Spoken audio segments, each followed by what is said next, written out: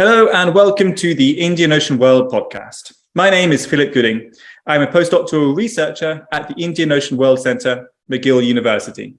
Today I am joined by Professor Franziska Fay, an assistant professor for anthropology with a focus on political anthropology at Johannes Gutenberg University of Mainz. Professor Fay earned her PhD in anthropology at SOAS University of London in 2017. She has since published her first monograph, Disputing Discipline: Child Protection, Punishment and Piety in Zanzibar Schools in 2021. She is broadly interested in political processes, childhood and youth, international development and conflict, Swahili diaspora and belonging, protection and punishment, Islamic education, infrastructure and memory, linguistic anthropology, and visual research methods. In this podcast, we'll discuss parts of two of her recent journal publications, both of which were published earlier this year. The first one is called To Everyone Who Told Zanzis They Are Not Omani: Young Swahili Speakers, Omanis Belonging in Postdiaspora Oman, which was published in Arabian Humanities. And the second is Kuishi Ughaibuni, Emplaced Absence, the Zanzibar Diaspora Policy, and Young Men's Experiences of Belonging in Zanzibar and Oman, which was published in the Journal of Indian Ocean World Studies, which is the journal of the IOWC, of which I'm also the associate editor. Professor Fay, thank you very much for joining me to record this podcast. And I want to start with a very broad question.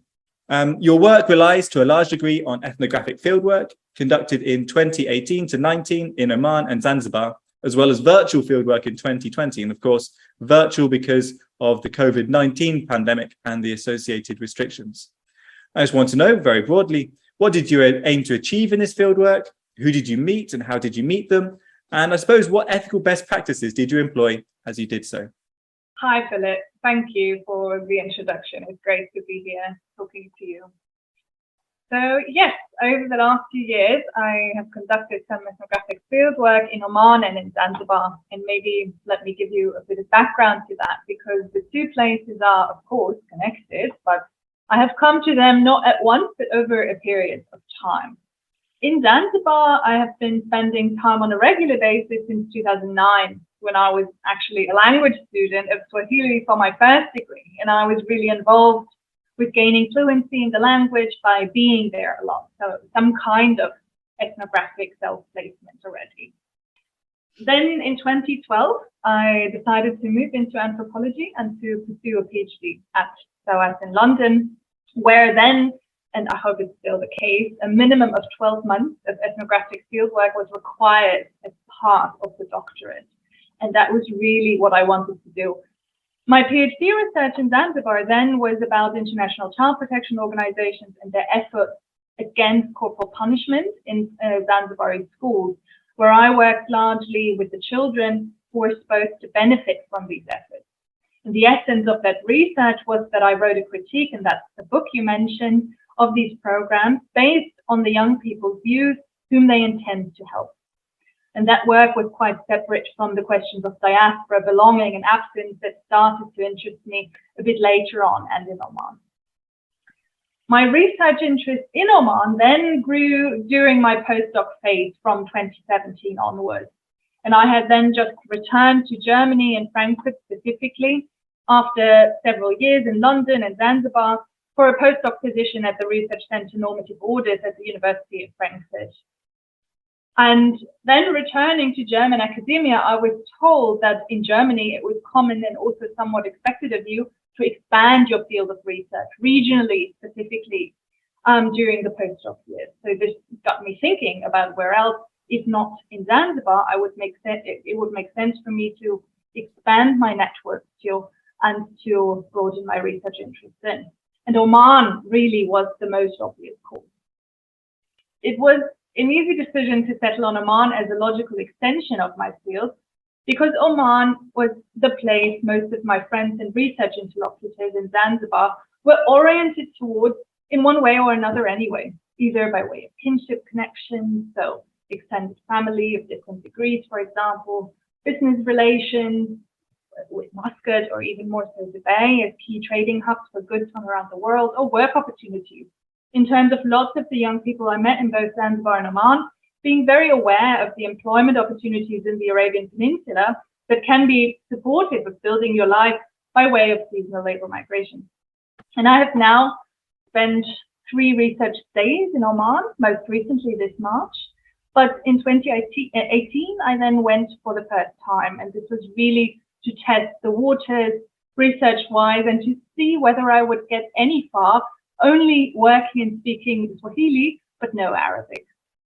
And funnily enough, that limitation in language skills, if you can call it that in this specific context, really ultimately was no limitation at all, but rather a helpful fact that became quite generative of meeting individuals and forming relationships with all kinds of people. People, obviously, who were all united by the qualifier of being Swahili speakers of some degrees themselves, or identifying on a spectrum of Swahili, Zanzibari, or more broadly, East African belonging, and all of these terms are, of course, to be interrogated themselves. What I wanted to achieve during these initial fieldwork periods was really to gain a sense of the questions and topics at stake in conversations that I would be able to have with Swahili speakers in Oman. So very much in the sense of how ethnographic fieldwork develops over longer periods of time, starting not with a hypothesis that is then taken to a field to be proved right or wrong, but the other way around, basically. Starting with being there and then letting the field or life itself inform the theory that is there, or the potential hypotheses that are constructed elsewhere. So very simply put, I wanted to find out about the questions that matter to people, and specifically to younger people who speak Swahili in Oman today. And these included questions of belonging to both Oman and Zanzibar or other East African locations, and questions of absence, of having to navigate, always not being somewhere when life stretches across a larger map, and of Swahili as a language and a cultural practice itself, specifically from a perspective of worry about its insufficient preservation by different state bodies today. This then is, of course, always against the backdrop of socio-political discourses that exist on larger scales, but that are rarely sufficiently informed by people's everyday experiences on the ground. The Zanzibar Diaspora Policy, which I write about in the one piece you mentioned, is one of those discourses, and I'll come back to that in a bit. The people I met during my stays were really from all different walks of life and ages. Because I established my initial connections by way of being put up with my Zanzibari friends and families who lived in and around Muscat, I had quite an easy way in, and connections largely developed from there, being taken along on family visits, invited to weddings and funerals, and again put in touch with others through my friends and connections from Zanzibar, so somewhat a snowball effect. But again, in order to simplify, 3 of the larger groups of people I engaged with in Oman were, on the one hand, those Omanis who are often referred to and might call themselves Zanzibari Omanis, who were born and grew up in Oman to parents and grandparents of Zanzibari heritage, and were socialized bilingually in both Omani Swahili-speaking and Arabic-speaking communities. And then I also interacted with many people who frequently called or self-described as Omani Zanzibaris, so people who grew up in Zanzibar to parents of Omani heritage, and either frequently visit Oman for seasonal work or family visits, or moved there altogether at a later stage in life. And thirdly, I met many East African nationals without direct Omani heritage ties, who nevertheless come to Oman for work. For the men I spoke to, this often meant looking for work in the oil industry, and for women, frequently those were experiences of working as house help in Swahili-speaking Omani families, or in places such as the beauty industry, for example, as henna painters. An important part of this ethnographic work, and a frequent concern for anthropology, specifically in our politically sensitive times, is of course an awareness of and an adherence to certain ethical practices and reflections during those research endeavors. And for me in my research, this meant consistently thinking with a friction that exists between different anthropological positions because again, also within anthropology, there is not only one, on the one hand, drawing on the key ethical code of doing no harm, meaning always needing to reflect on the impact that our own presence and inquiry could possibly have on the field and on the safety of our interlocutors. And on the other hand, more recent anthropological positions on ethics that argue for a need to think more situationally and broadly with doing no harm, and that argue for the need to take outspoken political, public, and applied positions that make clear that anthropological research itself holds some sense of responsibility and plays a role in different fights for social justice. So really every conversation that I had or that I continue to have in Zanzibar and in Oman and that goes into the research I engage in needs separate assessments that, think these questions through. Thanks for your answers.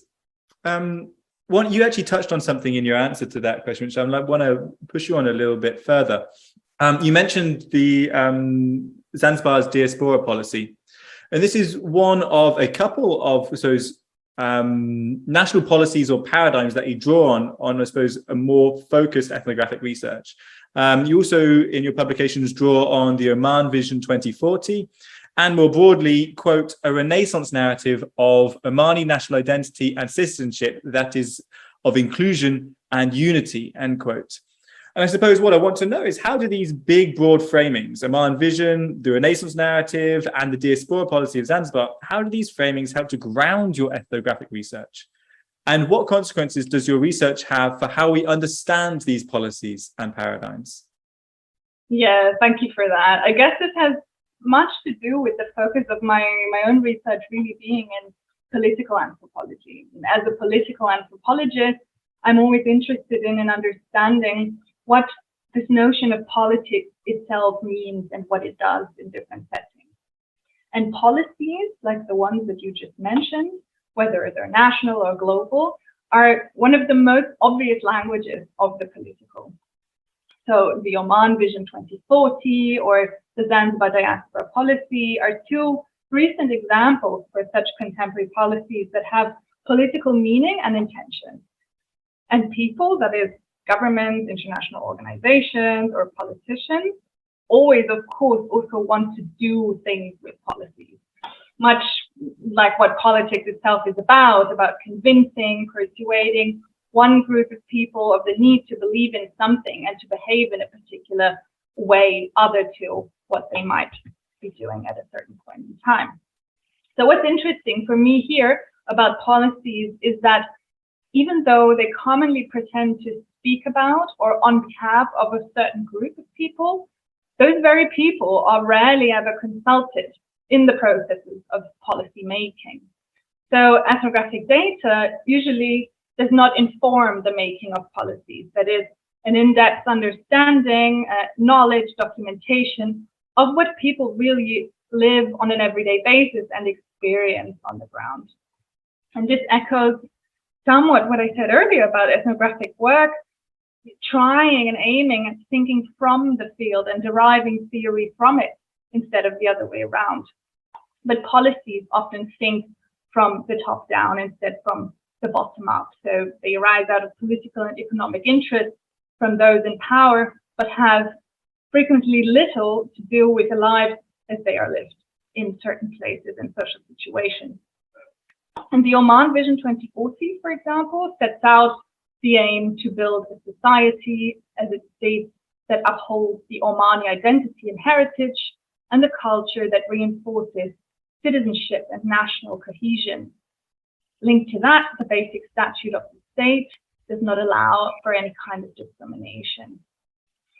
And all of these aspects reflect some sense of fear that precisely this imagined Omani identity may in fact be at stake for certain developments in the world, or that the trope of inclusion and unity can only exist if multiple voices and layers of belonging, of subnational identification remain silent or silenced in public discourse.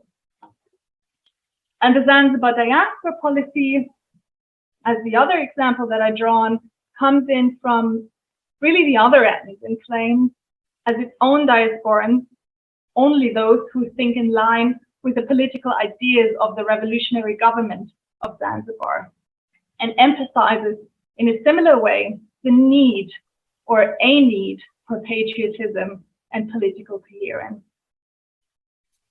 Now, this is where my research comes in, and my conversations with people that in both places really showed that both these framings are not really sufficiently reflecting how young people understand these ideas of belonging and diaspora, of citizenship, of national identity, and that they have long come up with more inclusive practices and ideas of their own. Now, if I link my ethnographic research, meaning what people in everyday life actually say about these political ideas and fantasies, to these political framings at large, I think it allows us to reflect on certain terms and concepts from maybe not new, but other angles, and beyond the ways in which they are used in political situations more commonly, as if they only had one meaning. And this is specifically important for those in charge of making and revising such policies. So the consequences that my research may have for how we understand these policies and paradigms may be that we may come to see that ideas like national identity, citizenship, diaspora mean different things to different people on the one hand, but also mean different things for the same people at different times. And that the one static meaning that is commonly utilized for political purposes is never the only one that is valid. So it's about multivocality and the diversification and broadening of understandings of things which we believe to be neutral and to already know and understand, but really only understand by way of one specific interpretation or manipulation. That's fascinating.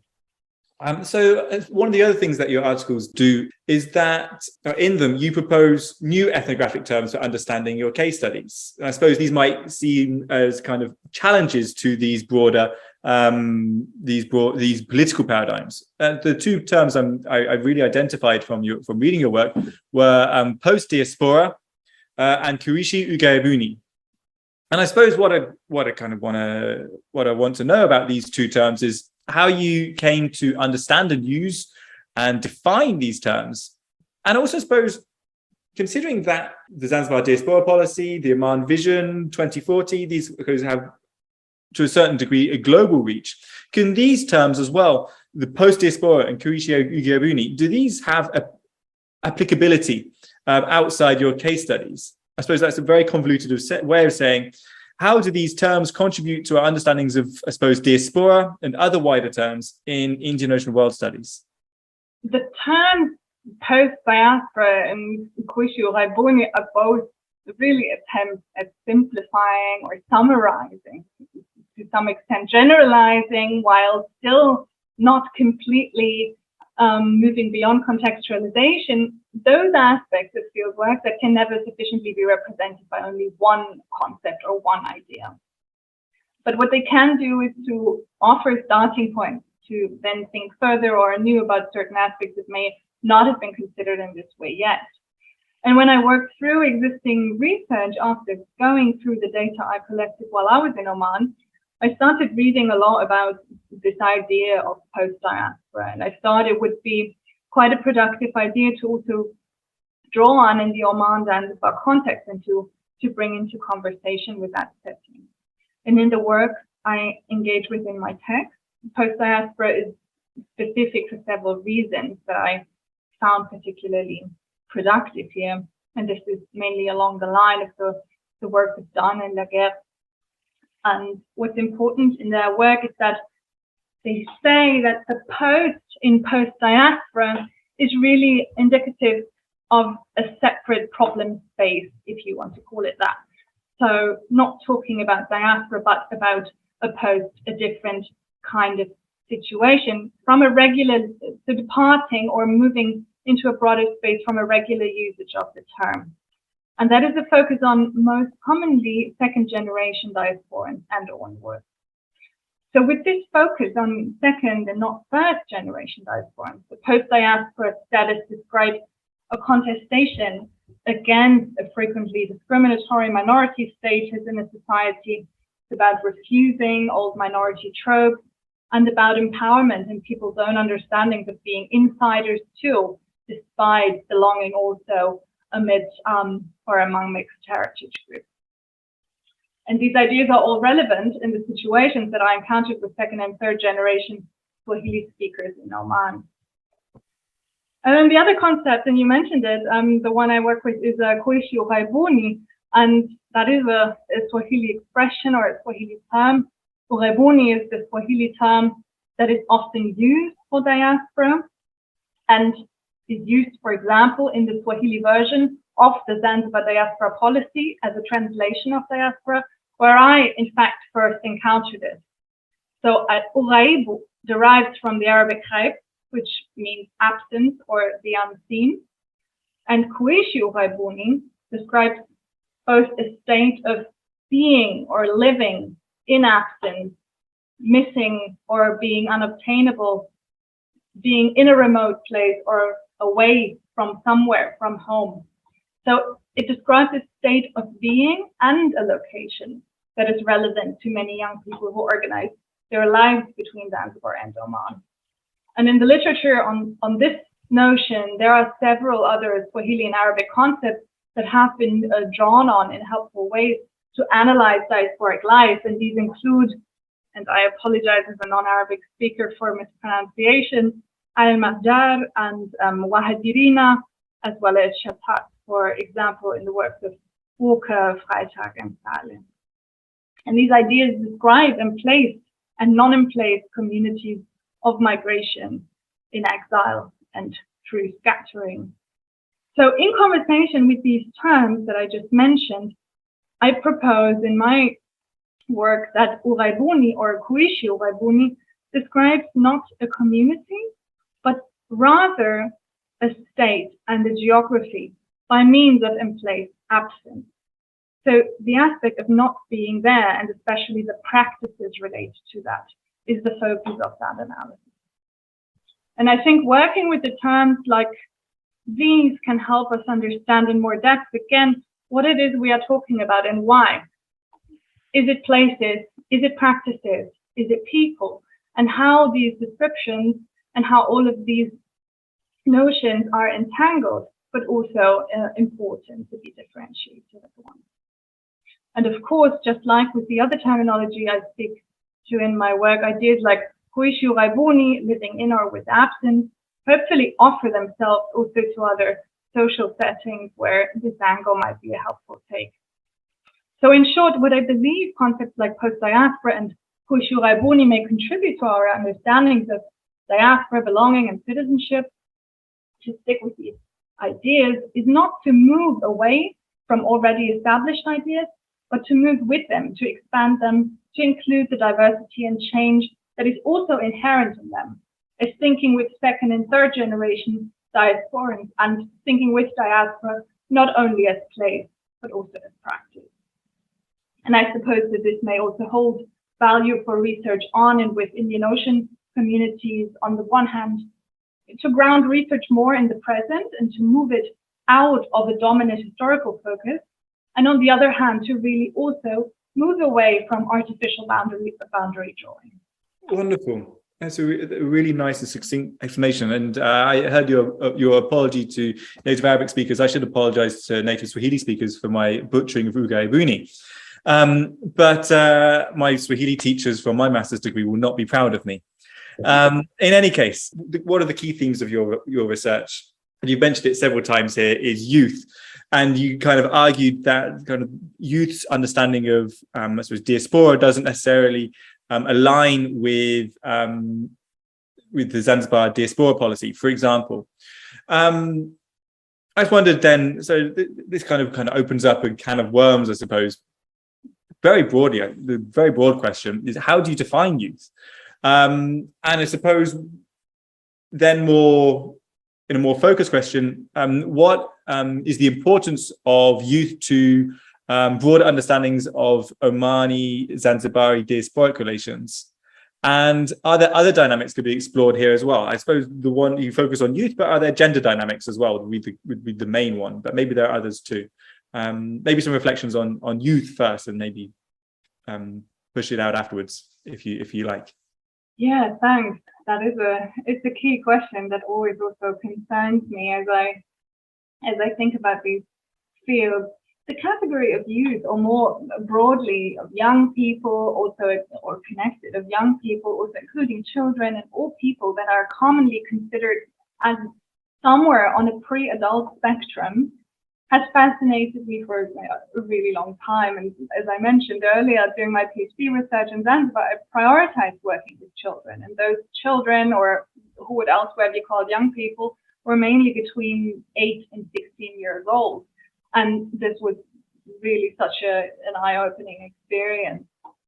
And while it was really eye-opening, it was also ethically incredibly challenging, an incredibly challenging way of doing research, because questions of consent and protection, etc., of course, take on a whole other meaning when they suddenly don't concern adults who can make certain decisions for themselves, but you have to think in more complex ways about the implications of certain ways of working with a different group of people.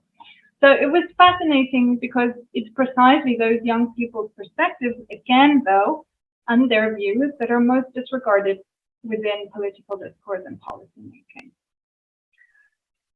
And surprisingly or not, even when they concern children themselves, policies, as it was the case in the research that I did in Zanzibar, the policies around child protection were really often insufficiently working with young people and not sufficiently developed in collaboration or through consultation.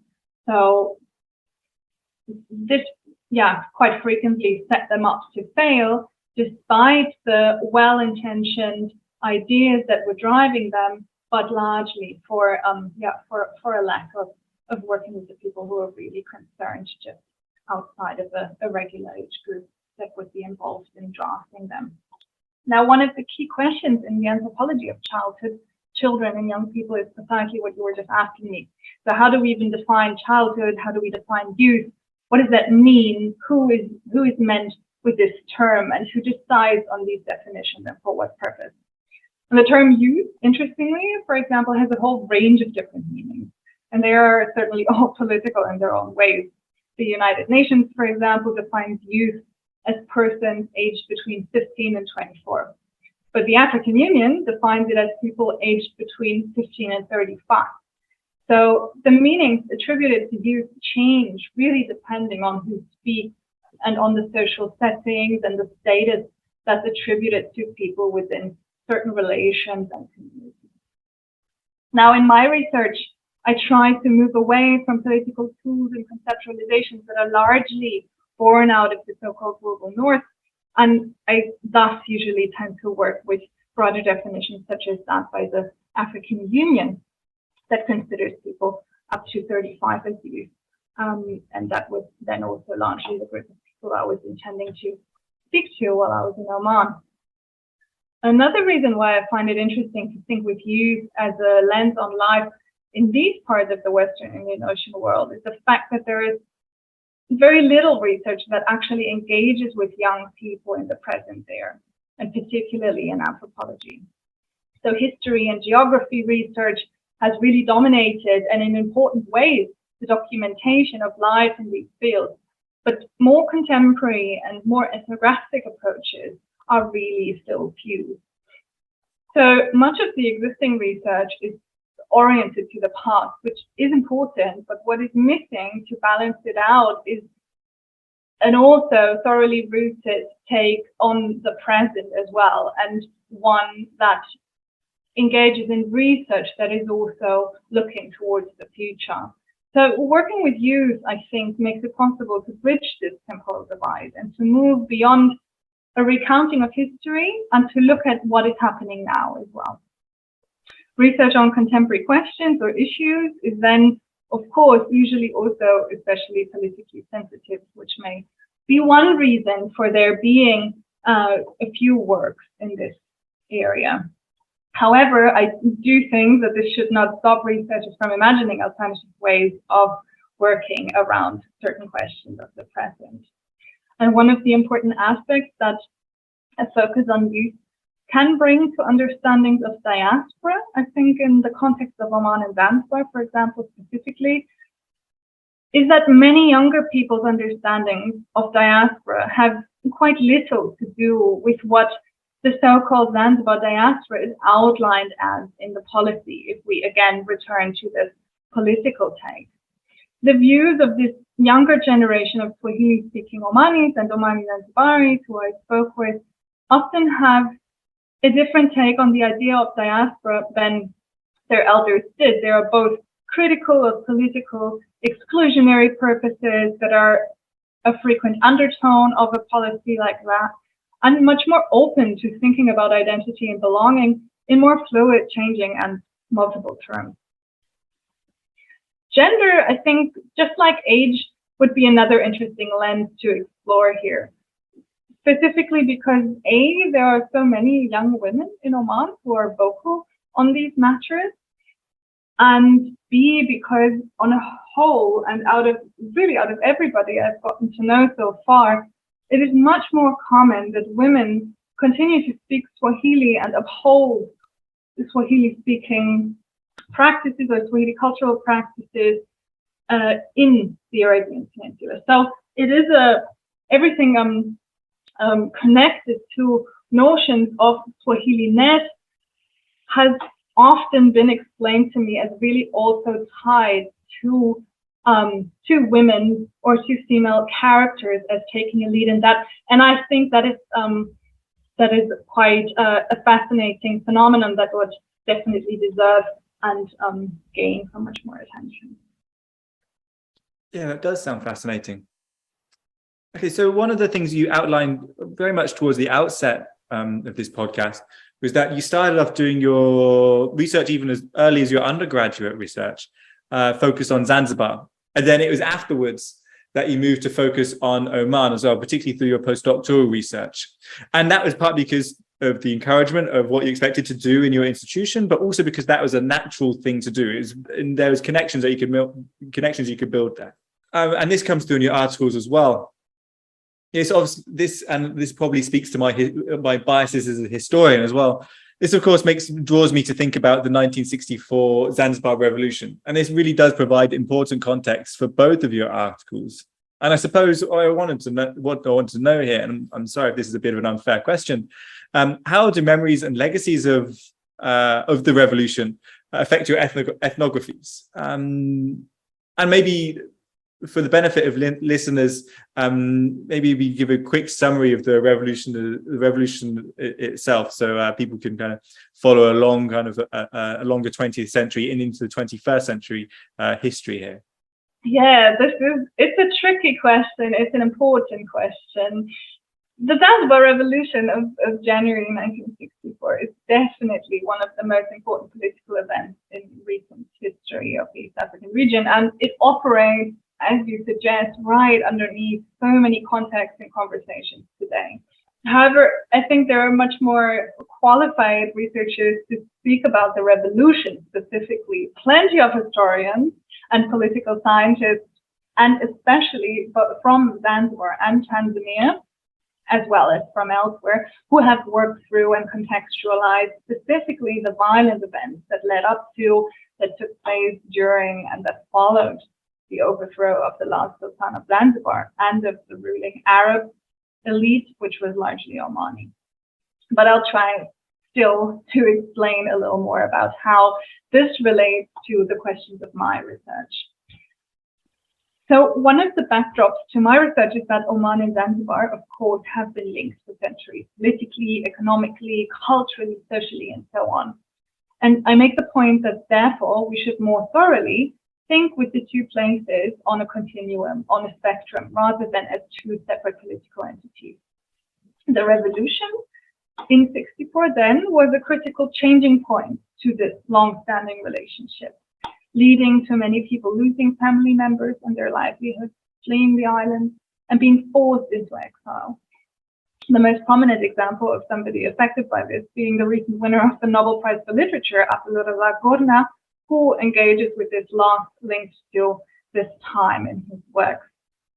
I believe that it is cultural and artistic productions like his novels, for example, that are important accounts of that time that need to be read more broadly in addition to scientific accounts, if the effects of these political events are to be better understood and by way of voices that speak from within. Another example I highly recommend is Amil Shivji's recent film Bhutan Kubute, which is an adaptation of Adam Shafi's novel of the same name, and you might have already seen it, which is a beautiful and important depiction of the 1950s Zanzibar that actually led up to the revolution in the 1960s. So I really highly recommend these other takes on making do with this historical period. But either way, people's memories and the legacies of the revolution, as you suggested, do linger over almost every conversation I had with young people in both Oman and Zanzibar. For young Swahili speakers in Oman, the revolution is often a critical event in their family histories and defining of their own sense of belonging today. And if it hadn't been for the revolution, then many of these young people know that they would likely have grown up in Zanzibar instead of in Oman, for example, where many of their parents or grandparents relocated to, either in the build-up, in the wake of the violence, or in the aftermath of the revolution in 1964. And at the same time, there is so little publicly accessible information on this period, certainly neither by the Omani or the Zanzibari government, that this historical moment is frequently felt as a painful blind spot in people's sense of belonging and identity. And again, coming back to the Zanzibar Diaspora Policy, for example, here it is stated that one of the criteria for being considered a Zanzibari diasporan is that in order to be considered as belonging to a so-called Zanzibar diaspora, it is necessary that you recognize the 1964 Zanzibar Revolution as the basis for the liberation of Zanzibar people and respect the laws and constitution of Zanzibar. Now, if you had a family member who was traumatized by, or maybe even died during the events of the revolution, you might be more hesitant to recognize these events as purely liberatory. At the same time, you might still identify as a part of the Zanzibar diaspora. So life is really messy and really complex. And I think these examples of broader political discourse and actually lived realities bring out this tension and the friction between these two frequently disconnected aspects quite well. Great, thank you for answering that question. I'm sorry if that was more biased to my interests than I suppose yours. Finally, so one final question I want to ask about your research that comes through that we kind of mentioned right at the beginning, is that obviously you've done a lot of research in the Western Indian Ocean world, but also you've done a lot of research using social media. And I'm no expert in ethnographic methodologies, but I'd imagine this is very much a methodology that is still being developed, having necessarily only begun in the mid to late 2000s.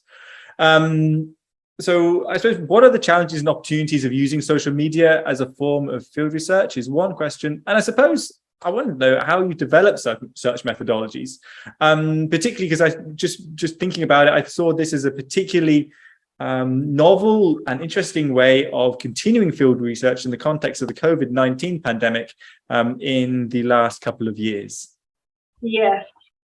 For me, using social media as an additional way of doing ethnography, as you're saying, wasn't really only born out of the pandemic, but already proved to be a helpful way in earlier, even before COVID changed our research practices. Nevertheless, I could never imagine doing only online ethnography. It was more of an additional way of making making do with certain restrictions within ethnographic research that have developed over the previous years. So I'm not a big fan, but I do believe, and this is why I do also turn to it, that it can be a helpful addition in research on sensitive themes and in politically sensitive settings where you have to constantly be creative about how you can negotiate access. So Facebook, for example, and even though it's no longer a particularly popular tool, of course, with younger generations, is a really helpful tool in gaining a sense of people's different framings of Zanzibar's history, which we were just talking about, for example. On Facebook, there are several groups that link Zanzibar and Oman. You might be familiar with them, and that serve somewhat as a counter-archive in which mostly older generation Zanzibaris who live in exile post historical photographs or engage in really in-depth and really valuable, knowledgeable discussions and memory practice about life over the past decades that often lie very far from official political rhetoric.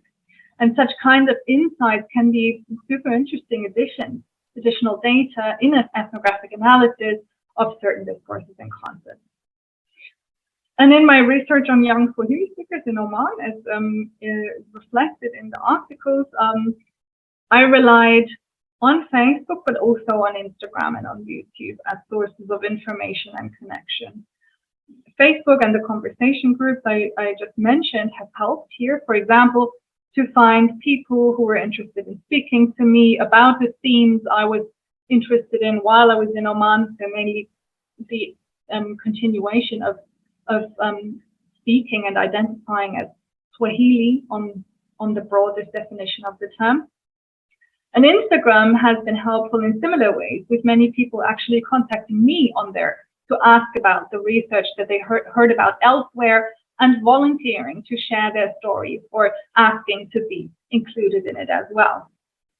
So what's great about platforms like Instagram and YouTube is that they are something like a liminal political space, a space in which many people feel more empowered or less hesitant to share certain positions in their own choice of language and visuals, which other spaces wouldn't make as easy for them.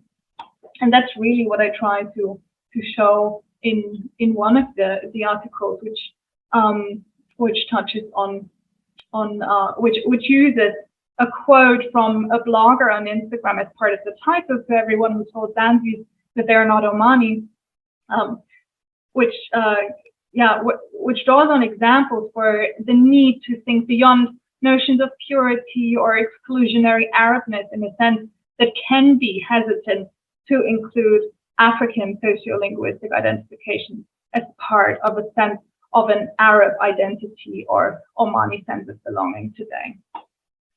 A challenge of using social media, I think, as sources or as additional data or access ways is its fleetingness and the pace.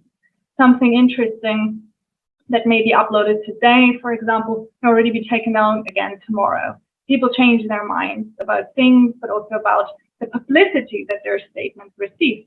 So it is extremely unstable in terms of relying on it as data that is reliable. And in that way, social media can again be a highly politicized space.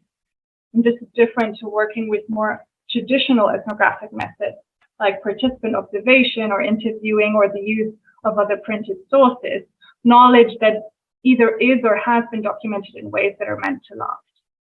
But in order to understand how ideas are made and remade, I believe that it can be important to also work with social media as relevant spaces of knowledge production and connection. And the fact being that it can and probably shouldn't ever fully replace the breadth that is ethnography, but can definitely add new layers to it.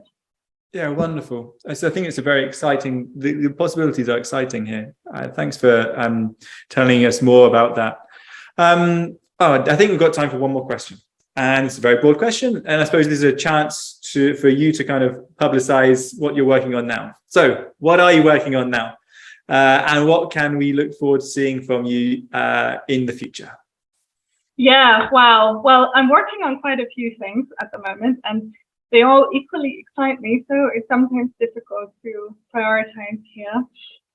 What I've had my head stuck in over these summer months are a range of lectures and articles that can be located broadly within Indian Ocean and Swahili studies, and they all engage with feminist theorizings of the sea, then the question of dialogue as an important concept of reframing Western Indian Ocean links, the potential of approaches that center aesthetics and affect in thinking about oceanic life, and the critical role of women in past and present practices of protecting and preserving a Swahili seascape. And some of this work should hopefully be forthcoming within the next year. And the other block of work I'm deeply engaged in is the development of a new research project on contemporary feminist politics in Tanzania.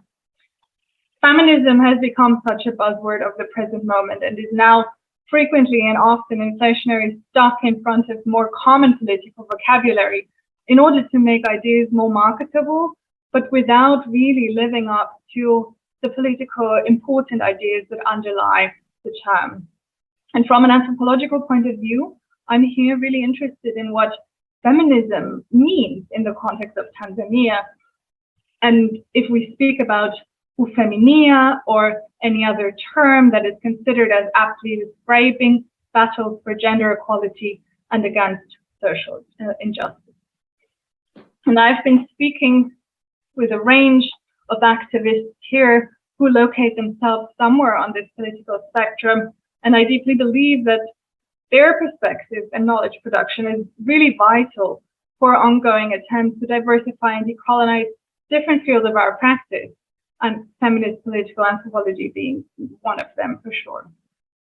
And finally, in the future, I would of course love to continue and to build on my research, the one we spoke about today, to spend more time in Oman and to work collaboratively with researchers in Oman and in the wider Gulf region. Wonderful. These are all very exciting directions, and I really look forward to seeing them come to fruition in the future. Franziska, thank you so much for your answers and discussing your fascinating research. For listeners who want to find out more, we'll be posting some links in the description. Please click on them, check them out. I also want to thank Sam Glee-Riemann, who organized and produced this podcast. And I want to thank you, the listener, for downloading or streaming this podcast wherever you are. Once again, my name is Philip Gooding, and you have been listening to the Indian Ocean World podcast. We would like to acknowledge the generous support of the Social Sciences and Humanities Research Council of Canada. The Indian Ocean World podcast is produced under the SSHRC-funded partnership Appraising Risk Past and Present. The podcast runs in conjunction with the annual speaker series at the Indian Ocean World Centre at McGill University, Montreal. Stay tuned next week for our conversation with Professor Sugata Ray of the University of California, Berkeley. The next in-person talk at the IOWC will be on Wednesday, November 9th with Professor Leslie Orr of Concordia University. Please contact the Centre if you would like to attend.